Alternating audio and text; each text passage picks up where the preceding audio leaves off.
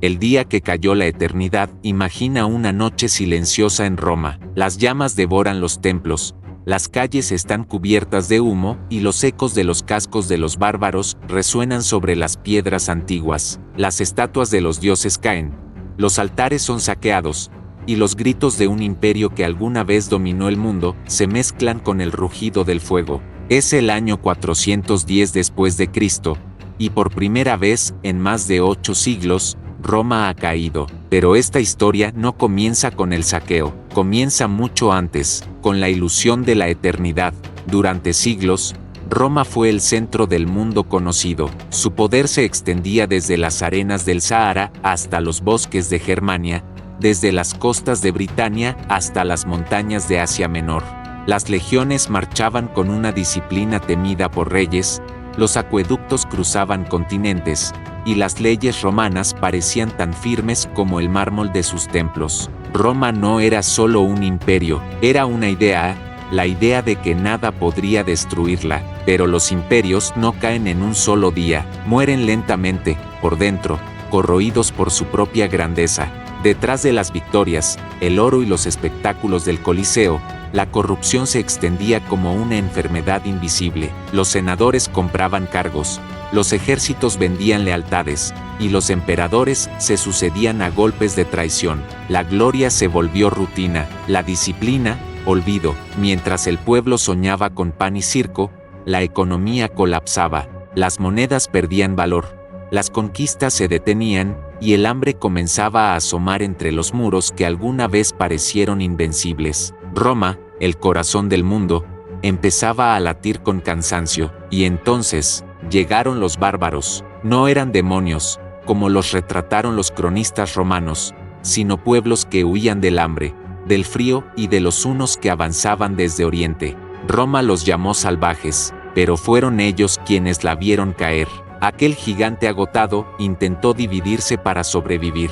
Occidente y Oriente, Roma y Bizancio, dos mitades de un cuerpo que ya había perdido su alma. Mientras el este prosperaba, el oeste se hundía en el caos. El fuego, la traición y el miedo hicieron el resto. Y cuando el último emperador, un muchacho llamado Rómulo Augustulo, fue depuesto en el año 476, el mundo antiguo desapareció para siempre. Comenzaba una nueva era, una era sin legiones, sin emperadores, sin ciencia ni esplendor, una época de fe, oscuridad y silencio, la Edad Media. Pero aunque Roma cayó, su sombra nunca se desvaneció del todo. Sus leyes, su lengua y sus ideas sobrevivieron en monasterios, en libros y en las piedras que resistieron al tiempo, porque Roma no solo fue un imperio, fue la chispa que encendió la civilización, y aunque las cenizas cubrieron su cuerpo, su fuego siguió ardiendo. En el corazón de la historia, el imperio que se creía eterno durante siglos, el mundo miró hacia Roma como si fuera el centro del universo. Era más que una ciudad, era una civilización completa, una máquina perfecta que extendía su poder desde las arenas del desierto africano hasta los bosques helados del norte. Las legiones marchaban con precisión inhumana, los caminos conectaban mundos enteros, y las leyes de Roma regían sobre reyes, esclavos y pueblos conquistados. Roma lo tenía todo, el ejército más poderoso, los ingenieros más brillantes, los arquitectos más audaces. Su símbolo, el águila imperial, se alzaba sobre los estandartes como si fuera la encarnación de la eternidad misma. Nadie podía imaginar que algo tan vasto, tan ordenado, tan dominante, pudiera caer. Cada piedra del Coliseo, cada columna del Foro, cada acueducto que cruzaba las montañas hablaba de un imperio que se creía invencible. Roma eterna, decían con orgullo sus ciudadanos, Roma eterna, como si la misma historia estuviera obligada a obedecerles. Pero bajo esa apariencia de perfección, ya se escuchaban los primeros crujidos. El poder, cuando se vuelve absoluto, siempre comienza a devorarse a sí mismo. Roma había conquistado el mundo, pero había perdido su propósito. Las victorias ya no eran por gloria, sino por oro. Los ciudadanos, antes guerreros disciplinados, se convirtieron en espectadores del circo. Las legiones luchaban lejos, mientras el pueblo aplaudía batallas falsas en la arena. En los templos, los dioses parecían guardar silencio. En los palacios, los emperadores jugaban con el poder como niños con fuego, y mientras tanto, las fronteras del imperio se extendían más allá de lo controlable, más allá de lo gobernable. Roma no crecía, se estiraba hasta romperse. Aún así, para los hombres y mujeres de la época, Roma era inmortal. ¿Cómo podía morir lo que había conquistado todo? ¿Cómo podía desaparecer el sol que iluminaba el mundo conocido? Nadie lo creía posible, pero la eternidad es una ilusión, y todo imperio, por más glorioso que sea, está condenado a enfrentarse a su propia sombra. Roma no sería destruida de golpe, sino lentamente, no por un ejército extranjero, sino por la corrupción de su alma, la arrogancia de sus líderes y el olvido de sus valores. Porque cuando una civilización comienza a creer que nada puede derribarla, el tiempo ya ha comenzado a hacerlo. La corrupción desde dentro, todo imperio cae, pero casi nunca por las manos de sus enemigos. Roma no fue destruida por los bárbaros, ni por el fuego, ni por el tiempo. Roma comenzó a morir desde dentro. Durante siglos, la disciplina romana fue su mayor fortaleza. La virtud, el deber y la lealtad eran los pilares de la república que había conquistado el mundo. Pero a medida que el poder creció, esos valores comenzaron a desaparecer, reemplazados por la avaricia, el miedo y la ambición desmedida. Los senadores, que antes servían al pueblo, se vendían al mejor postor. Los generales luchaban no por Roma, sino por su propio nombre. Y los emperadores, muchos de ellos se convirtieron en caricaturas del poder, más interesados en su placer y su ego que en el destino del imperio. Las intrigas políticas eran tan sangrientas como las batallas. En el corazón del Senado se conspiraba, se traicionaba y se asesinaba con tanta frecuencia que el trono imperial se volvió un asiento maldito. En apenas un siglo, decenas de emperadores fueron envenenados, apuñalados o traicionados por sus propios guardias. El poder absoluto había convertido a Roma en su propio enemigo. La corrupción no solo estaba en los palacios, también había infectado al pueblo. El ciudadano romano, que antes servía en el ejército y defendía su patria, se volvió cómodo, dependiente y pasivo. Las conquistas trajeron tanto oro, tanto botín y tantos esclavos, que el trabajo perdió valor. El pueblo exigía entretenimiento, pan gratis y espectáculos, y los emperadores, temiendo su ira, se lo dieron. El Coliseo se convirtió en el nuevo templo de Roma. Allí, miles de personas aplaudían mientras los gladiadores morían y los esclavos se despedazaban entre sí. Era el reflejo de una sociedad que había olvidado la virtud y reemplazado la gloria por el espectáculo. Fuera de las murallas, las legiones ya no eran lo que fueron. Los soldados, cansados de luchar por un imperio que ya no creían suyo, empezaron a vender su lealtad. Muchos generales contrataron mercenarios bárbaros, los mismos que un día empuñarían sus espadas contra Roma. Y así, mientras los templos se llenaban de oro y las calles de corrupción, el alma de Roma se vaciaba. El fuego que había forjado su grandeza comenzó a consumirse desde adentro. La historia lo demuestra. Ningún imperio cae por la fuerza de otros, sino por la debilidad de sí mismo. Roma no cayó por las lanzas enemigas, sino por su propio reflejo. Y cuando la virtud desapareció, la eternidad que tanto proclamaban empezó a resquebrajarse, ladrillo por ladrillo, corazón por corazón, porque la decadencia no llega de golpe. Primero se siente, luego se niega, y finalmente, cuando ya es demasiado tarde, se hace imposible de detener. La economía al borde del colapso. Roma había conquistado el mundo, pero no sabía cómo sostenerlo. Durante siglos, las riquezas de los territorios conquistados fluyeron hacia la capital: oro de Hispania, trigo de Egipto, esclavos de África, especias de Asia. Pero la abundancia, que alguna vez fue símbolo de prosperidad, se convirtió en el veneno que la debilitó desde dentro. El imperio se había vuelto insaciable. Cada conquista alimentaba a millones de ciudadanos, soldados, mercaderes y burócratas. Las legiones necesitaban pago, los espectáculos costaban fortunas y las mansiones de los nobles devoraban los tesoros del Estado. Roma vivía del botín, pero cuando dejó de expandirse, el flujo de oro se detuvo, y entonces comenzó el colapso. Los emperadores, desesperados por mantener el lujo y la apariencia de estabilidad, empezaron a devaluar la moneda. Redujeron la cantidad de plata en los denarios hasta que las monedas de Roma valían menos que el metal con el que se fabricaban. La inflación devoró al pueblo, los precios se dispararon y el comercio se desmoronó. El Estado respondió con impuestos cada vez más duros. Los campesinos, ahogados por las deudas, comenzaron a abandonar sus tierras. El campo, que había sido la base de la economía romana, se convirtió en un paisaje de ruinas y esclavos. Las ciudades, antes vibrantes, se llenaron de mendigos y soldados desempleados. Para llenar las filas del ejército, Roma tuvo que contratar a los mismos pueblos bárbaros que algún día temió. Los llamaban aliados, pero eran mercenarios que luchaban por oro, no por lealtad. El imperio ya no se sostenía por convicción, sino por soborno. El comercio internacional también comenzó a morir.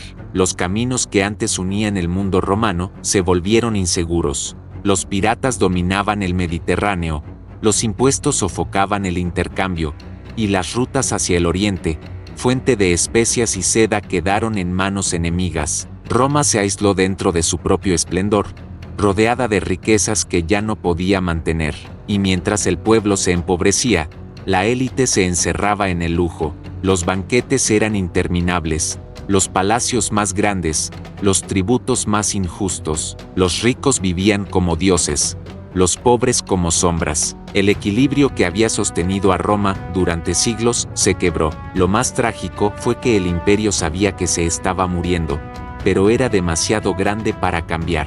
Los impuestos se multiplicaron, la producción agrícola cayó, las minas se agotaron y las monedas perdieron todo valor. El sistema colapsaba bajo su propio peso, y así, mientras el oro se volvía polvo y el pan escaseaba, el pueblo comenzó a perder la fe, porque cuando un imperio ya no puede alimentar a sus hijos ni pagar a sus soldados, no necesita enemigos externos para caer. El colapso económico fue el sonido invisible de la caída, un crujido lento, silencioso y mortal, que anunciaba que la era dorada de Roma había terminado. Los bárbaros a las puertas durante siglos, Roma había mirado más allá de sus fronteras con desprecio, más allá del Rin y del Danubio, más allá del muro de Adriano, existían tierras salvajes, pobladas por tribus que los romanos llamaban con una sola palabra, bárbaros, un término nacido no del conocimiento, sino del miedo. Para Roma, ellos eran el caos, pueblo sin escritura, sin templos de mármol, sin leyes grabadas en piedra. Pero lo que Roma nunca entendió fue que el caos también evoluciona. Mientras el imperio se debilitaba, los pueblos del norte y del este crecían en número, en fuerza y en hambre. Los godos, los vándalos, los francos, los sajones, los alanos y los hunos, cada uno con su propio destino, empezaron a mirar hacia el sur, hacia la tierra del oro y del trigo, hacia Roma. La historia cambió el día en que los hunos, jinetes nómadas de las estepas asiáticas, irrumpieron en Europa como una tormenta de fuego. Eran veloces, implacables, feroces. Su llegada empujó a otros pueblos hacia el corazón del imperio. Los visigodos, buscando refugio, pidieron entrar en las fronteras romanas como aliados, pero en lugar de ayuda, recibieron hambre, desprecio y abusos. El imperio que se consideraba civilizado había creado su propio enemigo. Los visigodos se rebelaron, y en el año 378 d.C., en la batalla de Adrianópolis, destruyeron a un ejército romano y mataron al emperador Valente. Fue una señal clara: Roma ya no era invencible. Por primera vez en siglos, la sangre romana manchó el suelo de Europa, no como símbolo de conquista, sino de derrota. A partir de ese momento, los muros del imperio empezaron a temblar. Los bárbaros ya no querían saquear Roma, querían vivir en ella, querían tierras, derechos, un futuro. Pero Roma, arrogante y ciega, siguió viéndolos como invasores, y mientras discutían en el Senado cómo detenerlos, las fronteras se derrumbaban. Las legiones ya no eran romanas, estaban compuestas por mercenarios germánicos, los mismos hombres a los que Roma temía. El lobo había sido invitado a cuidar el rebaño. En el norte, los francos avanzaban. En el sur, los vándalos cruzaban África. En el este, los hunos destruían todo a su paso, y en medio de esa tormenta, Roma seguía creyendo que resistiría, como siempre, pero la verdad era que el enemigo ya no estaba afuera, estaba dentro, en los ejércitos, en las aldeas, en los mismos muros que antes parecían eternos. El rugido de los bárbaros no era solo el sonido de la guerra, era el eco del fin de una era. El imperio, que alguna vez había encerrado al mundo dentro de sus fronteras, ahora veía el mundo entrar a la fuerza en sus puertas, y cada golpe de espada, cada incendio y cada saqueo, anunciaban lo inevitable. Roma estaba dejando de ser el centro del mundo, para convertirse en su ruina. La división del Imperio Roma había sobrevivido a los bárbaros, a las guerras civiles, a la corrupción y al hambre, pero había algo de lo que nunca pudo escapar, de sí misma. El imperio era tan vasto, tan inmenso, que se extendía desde las costas del Atlántico hasta los desiertos de Siria, desde las selvas de África hasta las montañas del norte. Gobernarlo era como intentar sostener el mundo con las manos desnudas, y poco a poco, el peso se volvió insoportable. A finales del siglo IV, los emperadores comprendieron que Roma ya no podía ser una sola. El poder, los ejércitos y las riquezas se concentraban en diferentes puntos del mapa. Las fronteras ardían, los enemigos avanzaban, y la distancia entre el trono y el campo de batalla crecía con cada amanecer. Así fue como el emperador Teodosio tomó una decisión que cambiaría la historia para siempre: dividir el imperio romano en dos. Al morir, dejó el oriente a su hijo Arcadio, y el occidente a su otro hijo Honorio. Dos imperios, dos tronos, dos destinos. En el este, con capital en Constantinopla, el poder romano revivió. La ciudad fundada por Constantino se levantaba sobre el Bósforo como una joya resplandeciente, protegida por murallas imposibles de conquistar. Allí, la riqueza del comercio, la disciplina militar y la fe cristiana mantuvieron viva la llama de Roma durante siglos. El Imperio Romano de Oriente, que el mundo conocería como Bizancio, se convirtió en el heredero legítimo de la grandeza romana. Pero en el oeste, en el viejo corazón del imperio, con capital en Roma y luego en Rávena, el sol comenzaba a ponerse. Las provincias estaban arruinadas, los ejércitos agotados, los campos vacíos. Los emperadores eran marionetas, los generales hacían y deshacían el poder, y los enemigos cruzaban las fronteras como si ya no existieran. Lo que Teodosio había hecho para salvar el imperio, en realidad lo había condenado, porque Roma ya no era una, era dos mundos opuestos, uno brillante, culto y próspero en Oriente, y otro decadente, débil y moribundo en Occidente. Mientras Constantinopla se llenaba de iglesias,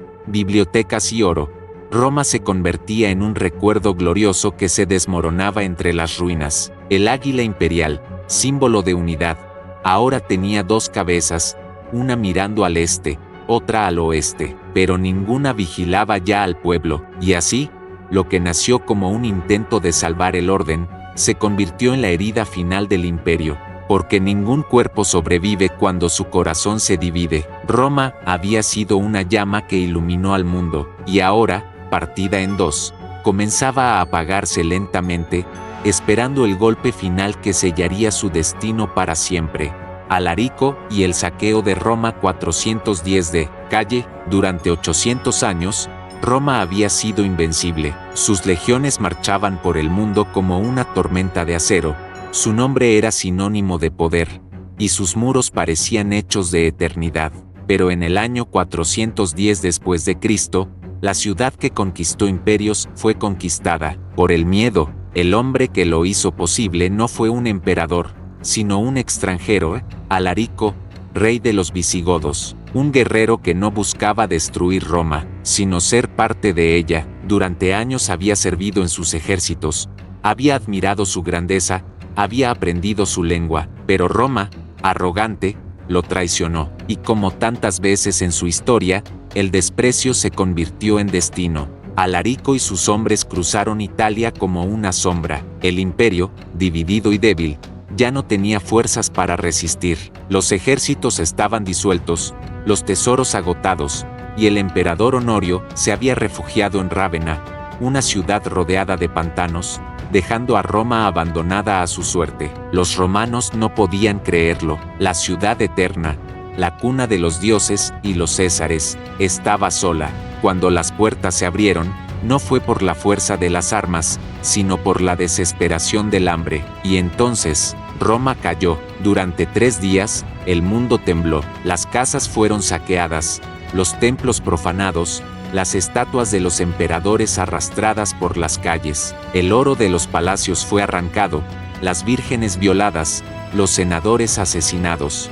Las llamas iluminaron la noche y el aire se llenó del sonido de lo imposible, el fin de la civilización. El eco del fuego recorrió el mundo. Desde Egipto hasta Britania, la noticia se extendió como una maldición. San Jerónimo, escribiendo desde Belén, dejó una frase que aún estremece: si Roma ha perecido, ¿qué puede ser seguro en el mundo? El saqueo duró poco, pero su impacto fue eterno. Los visigodos se marcharon, pero dejaron atrás una cicatriz en la historia. La ciudad sobrevivió, sí, pero ya no era la misma. Roma había caído no solo en piedra, sino en espíritu. El mito de la invencibilidad se había roto. Los dioses parecían haber abandonado sus templos, y los hombres ya no creían en el poder de los césares. La eternidad se había convertido en ceniza. El saqueo de Alarico no fue solo el fin de una ciudad, sino el comienzo de la oscuridad, porque si Roma podía caer,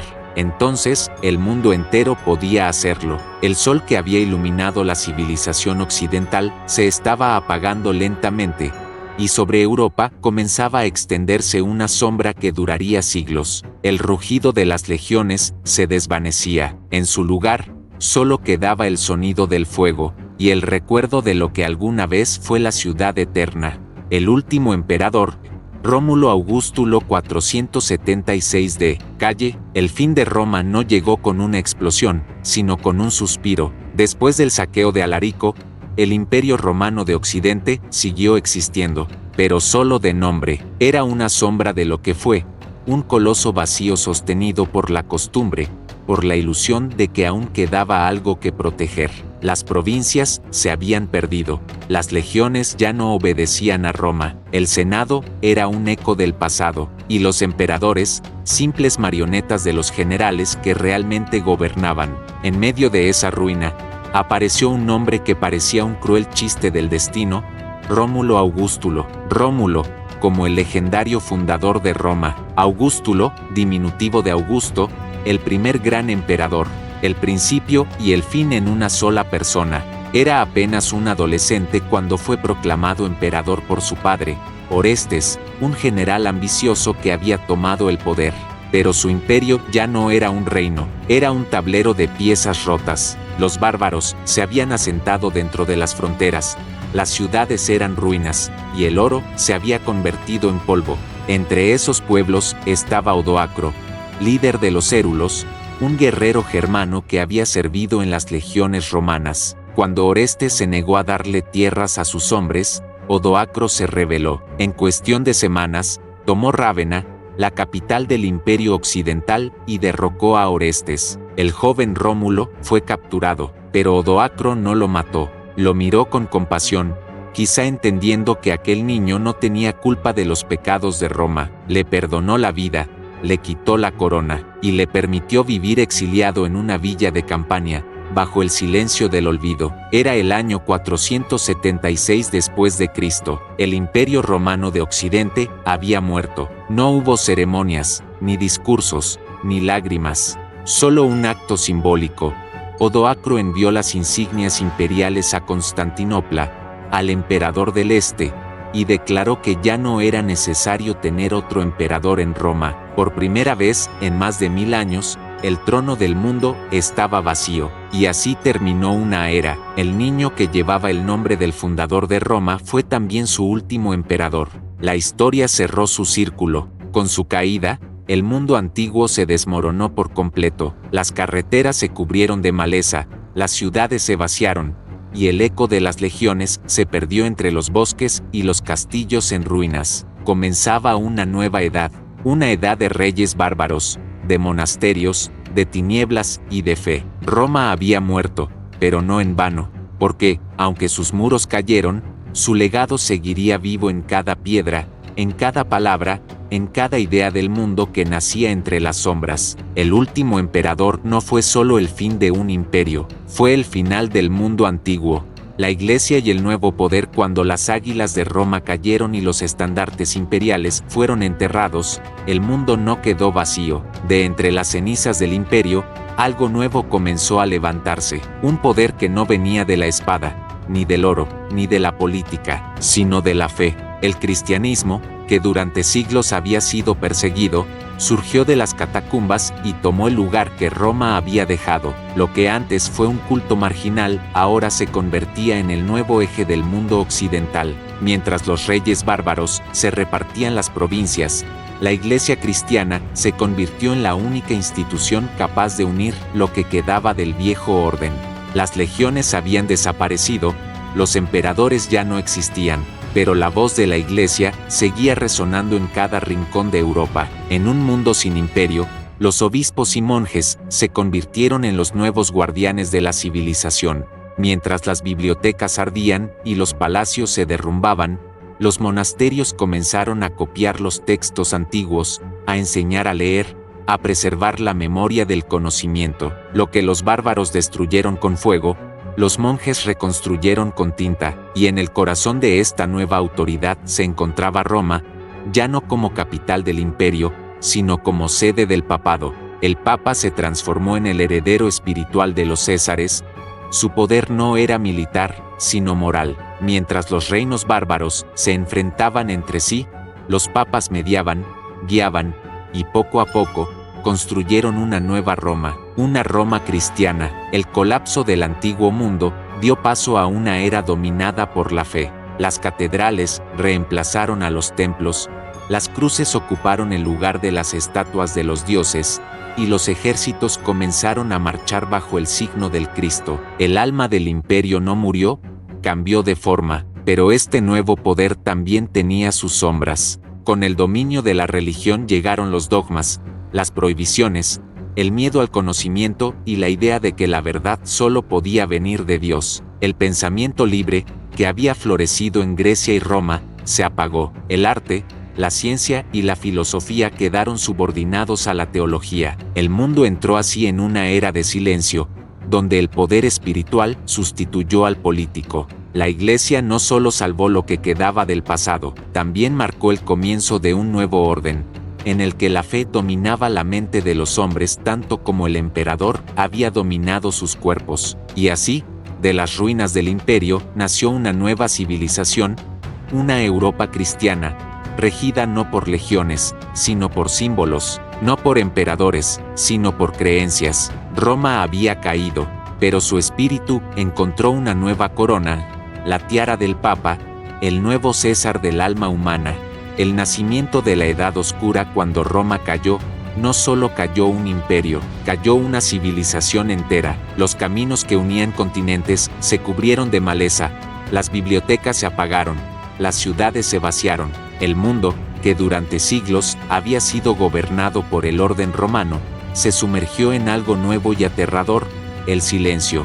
Comenzaba lo que más tarde los historiadores llamarían la Edad Oscura. Durante casi 1000 años, Europa pareció olvidar quién había sido. Las escuelas desaparecieron, la ciencia se volvió sospechosa, y los saberes del mundo antiguo, las matemáticas, la astronomía, la medicina, la filosofía, se desvanecieron en la penumbra. Los templos del conocimiento fueron reemplazados por monasterios, donde unos pocos monjes copiaban, en secreto, los libros que quedaban del pasado. La luz del intelecto se redujo a un tenue resplandor, sostenido por manos temblorosas en medio de la oscuridad. Las carreteras romanas, que alguna vez llevaron legiones y comercio, se convirtieron en rutas de bandidos y fantasmas. Las ciudades, que habían sido centros de cultura y política, se transformaron en fortalezas de piedra. Los mercados cerraron, los idiomas se fragmentaron, y el sueño de una Europa unida se desintegró. El mundo había vuelto a empezar desde cero. Los reinos bárbaros, nacidos del polvo de Roma, se repartieron la tierra, pero ninguno heredó su sabiduría. Cada región vivía aislada, gobernada por la espada y por la cruz. El poder ya no provenía del derecho o la razón, sino del miedo y la fe. El hombre dejó de mirar las estrellas y comenzó a mirar hacia Dios en busca de respuestas. En el corazón de esta oscuridad, el cristianismo se convirtió en la única guía, pero junto con la esperanza, trajo también la culpa, el dogma y la superstición. Las plagas, las guerras y los desastres naturales eran interpretados como castigos divinos. La razón se apagó y el miedo se volvió la nueva moneda del poder. Sin embargo, incluso en la noche más profunda, una chispa permaneció viva. En los monasterios, los monjes copiaban textos antiguos. En el mundo islámico, los sabios de Bagdad y Córdoba preservaban el conocimiento griego y romano. El fuego de la mente humana no se extinguió del todo, solo esperó, pacientemente, bajo las sombras. La Edad Oscura no fue el fin de la humanidad, sino su sueño más largo, un sueño de 1000 años del que el mundo despertaría con el Renacimiento. Pero antes de eso, Europa tuvo que atravesar siglos de oscuridad, miedo y redención. Porque, a veces, la luz solo puede nacer cuando el mundo ha conocido por completo la noche. El legado de Roma cayó, sus templos ardieron, sus emperadores murieron, sus legiones se disolvieron entre el polvo del tiempo, pero el espíritu de Roma nunca desapareció, porque un imperio puede perder sus muros, pero no puede borrar la huella que deja en el alma del mundo. Durante siglos, el eco de Roma siguió resonando en cada rincón de la historia. Sus carreteras se convirtieron en los caminos de Europa. Su idioma, el latín, dio origen a las lenguas que hoy hablamos: el español, el francés, el italiano, el portugués, el rumano. Sus leyes inspiraron las constituciones modernas. Su arquitectura vive en cada arco, cada cúpula y cada ciudad que soñó con tocar el cielo. Roma enseñó al mundo a organizarse, a construir, a pensar en grande. Y aunque sus emperadores fueron olvidados, sus ideas sobrevivieron. El cristianismo adoptó su estructura y su poder. El arte renacentista redescubrió su belleza, y la filosofía moderna heredó su forma de razonar. Incluso los grandes imperios que vinieron después, Bizancio, el Sacro Imperio Romano Germánico, Napoleón, e incluso los estados modernos, intentaron, de una forma u otra, ser Roma otra vez. Porque Roma no fue solo un lugar, fue una idea, la idea de que el ser humano podía construir algo eterno, y aunque la eternidad no existe, el intento de alcanzarla fue lo que cambió el curso de la historia. Hoy, cada vez que vemos una ciudad llena de columnas, una carretera que atraviesa montañas, una ley que protege al ciudadano o un idioma que une a millones, ahí, en silencio, sigue viva Roma. Su caída marcó el fin de una era, pero su legado fue el comienzo de todas las que vinieron después. Roma cayó, pero nunca fue destruida, porque mientras existan civilizaciones que sueñen con grandeza, mientras el hombre siga buscando el equilibrio entre poder y sabiduría, Roma renacerá. Y si estás aquí, escuchando esta historia, es porque su fuego aún arde en ti también.